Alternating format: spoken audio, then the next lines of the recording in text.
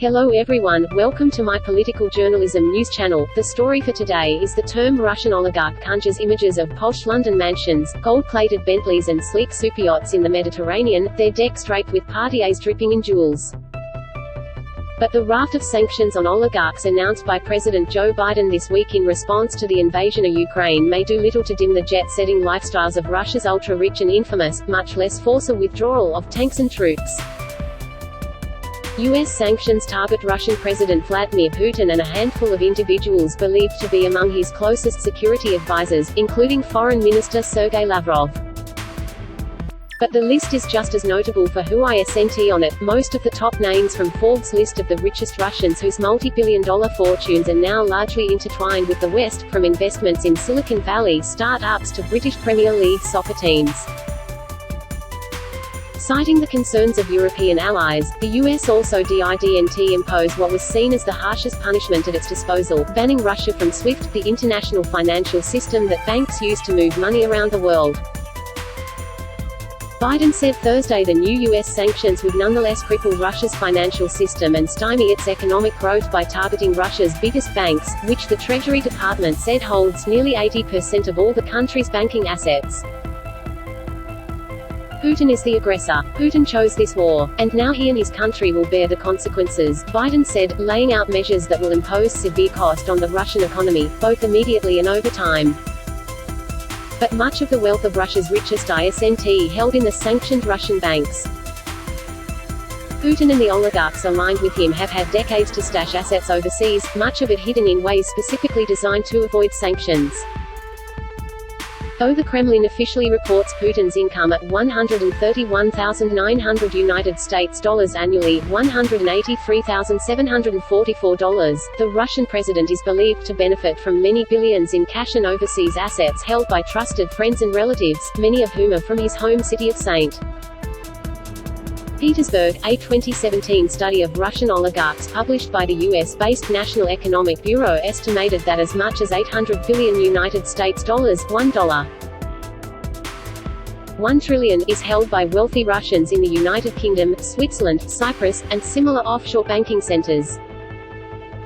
That vast fortune, held by a few hundred ultra-rich individuals, is roughly equal to the wealth of the entire rest of the Russian population of 144 million people.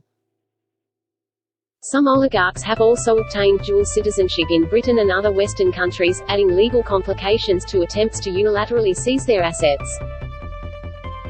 An example is Roman Abramovich, a former Russian provincial governor and Putin ally who became a steel and metals magnate. Now a dual Israeli citizen with a net worth estimated at more than $13 billion United States dollars, $18 billion, Abramovich has used his fortune to buy the British soccer club Chelsea and homes in London and New York. He and his now ex-wife frequently socialized with Ivanka Trump and Jared Kushner, the daughter and son-in-law of former President Donald Trump. Abramovich also owns what is purported to be the world's most expensive superyacht, the 455-foot-long Solaris, which features a helicopter hangar, tennis court, pool and berths for about 100 guests and crew. Also not on the sanctions list is Alisher Usmanov, another Russian metals tycoon who was an early investor in Facebook. His fortune is estimated at more than $14 billion United States dollars, $19.5 billion. Usmanov recently sold his stake in the British soccer club Arsenal for a reported $700 million United States dollars, $975 million, and, according to Forbes, owns two sprawling estates in London, the Beechwood House and Sutton Place, worth a combined $300 million United States dollars, $417 million. Usmanov's superyacht Dilbar measures 512 feet from bow to stern, even longer than Abramovich's. Daniel Fried, a former U.S. official under both Democratic and Republican administrations who helped craft U.S. sanctions against Moscow in the wake of Putin's 2014 invasion of the Crimean Peninsula, said he was surprised Abramovich and Usmanov weren't on the sanctions list announced Thursday, given their long ties to Putin and visible assets in the West. But, Fried warned, sanctioning Russian oligarchs would likely have limited impact on persuading Putin to change course in Ukraine. He owns them absolutely. He crushed them and they exist only by his sufferance, said Fried.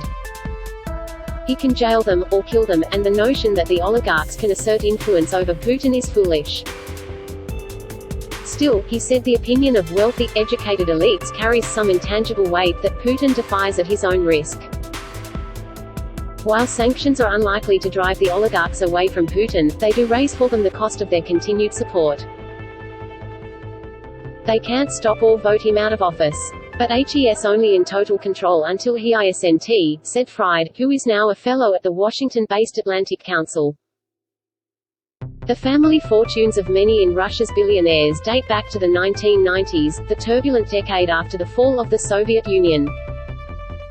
Under the notoriously corrupt presidency of Boris Yeltsin, such key state-controlled assets as oil refineries, steel mills, aluminium smelters and tractor factories were gobbled up by the politically influential, often purchased with the aid of government-backed loans.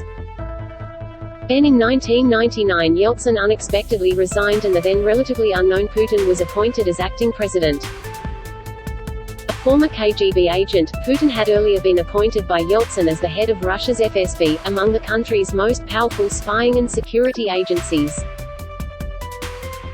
Putin has ruled Russia for the last 22 years, crushing those who have dared challenge him. Mikhail Khodorkovsky, an oil baron once believed to be the wealthiest man in Russia, ran afoul of Putin when he more fully embraced the free market and began criticizing the vestiges of Soviet central planning. Khodorkovsky was arrested by Russian authorities in 2003 and charged with fraud, money laundering and embezzlement. After spending a decade in jail, he was released in 2013 and fled to London, where he now leads a foundation, the Dossier Center, dedicated to exposing criminal activity by Kremlin insiders. Boris Berezovsky, a mathematician-turned-Mercedes dealer, who amassed a fortune by acquiring the country's main television channel at the end of the Soviet era, was tried in absentia on charge of fraud and embezzlement after fleeing to London in 2000. He was found dead on the bathroom floor of his home in southern England in 2013. His daughter said he feared he had been poisoned after losing a major court battle against Abramovich, his former business partner. Originally believed to be a suicide, a coroner recorded the cause of death as inconclusive. Every oligarch owes the preservation of their wealth to the Kremlin, said Max Bergman, a senior fellow at the Center for American Progress who also served at the State Department during the Obama administration. The oligarch class is an important pillar of the Putin regime and is heavily exposed because their assets are held in the West, in villas in the south of France, condos in Trump properties, and in sports teams. Maria Shigina, a sanctions expert at the Helsinki-based Finnish Institute of International Affairs, said European countries are seeking to insulate their own economic interests from the effects of sanctions, whether that's natural gas pipe to Germany, diamonds imported from Siberian mines or Italian luxury cars and designer handbags sold in Moscow or St. Petersburg. We see that Europeans don't want to bear any sanctions cost, Shigina said. It is painful for everyone, but, the expert said, the sanctions announced this week will cause pain and eventually force the Kremlin to make hard budgetary choices by weakening the Russian economy. Most Russians are significantly poorer than their Western counterparts. The Russian Federation ranks 83rd in per capita gross domestic product, at a little under $11,000 United States dollars, $15,300 per person, according to 2020 data compiled by the World Bank. That's less than a third of the average for the European Union and about 1/6 of per capita GDP for the United States. Putin will have to choose between putting money into his military or paying pensioners, Bergman said. So sanctions serve to degrade Putin's power and strength over the long term. In the meantime, wealthy Russians are investing in cryptocurrencies and using other emerging strategies to protect their fortunes, much like they adapted to an earlier round of U.S. sanctions following Putin's 2014 Crimean invasion. Sanctions enforcement is inherently a cat-and-mouse game, said Marcel Billingsley, who helped set sanctions policy for the Trump administration, and they've had 8 years, ever since Crimea, to set up alternative mechanisms to keep hard currency flowing to the regime. Edward Fishman, a former State Department official during the Obama administration, said the move to sanction Putin sends a strong signal of support to the Ukrainians who are under fire. But the economic penalties will have no real effect on the Russian leader. No sanctions can dramatically decrease Putin's quality of life. Putin treats the Russian economy as his own personal piggy bank, Fishman said. President Putin's wealth is derived from the hard-earned wages of Russian taxpayers, as well as Russia's oil exports. That is all for today news. Thank you for watching to my channel. Please be sure to leave your comment and subscribe below for more news.